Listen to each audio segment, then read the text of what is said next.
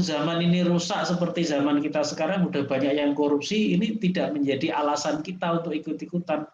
Tetangga aja korupsi, kiai aja korupsi, atasan saya aja korupsi, saya ikut-ikutan dong gitu. Saya cuma orang kecil gitu.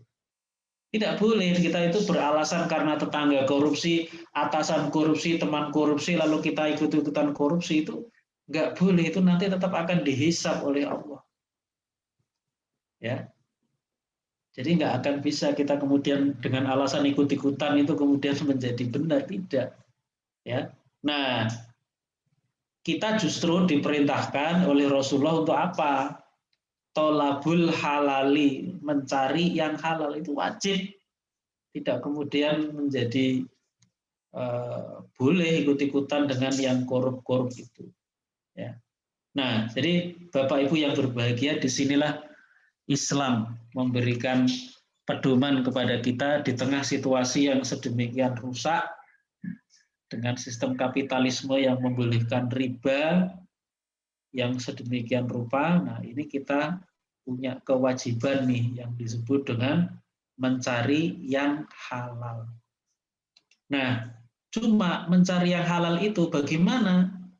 Ya tentu harus ada ilmunya dong, ya. Jadi ilmunya itulah yang disebut dengan fikih muamalah.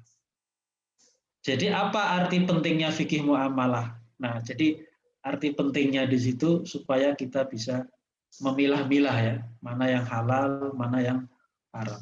Itulah yang menjadi urgensi dari fikih muamalah.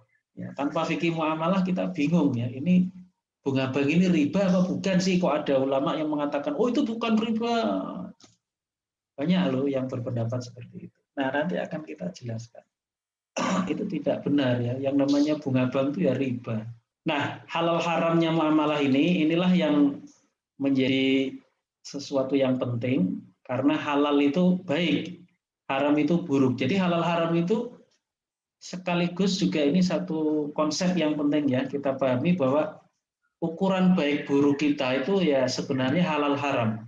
Ya kalau untuk orang Islam, yang halal itu baik, yang haram itu buruk. Jadi baik dan buruk itu tidak diukur dari manfaat atau uang. Ya, selama ini kalau orang hidup dalam sistem kapitalis, baik buruk itu senantiasa diukur dengan ukuran manfaat atau uang.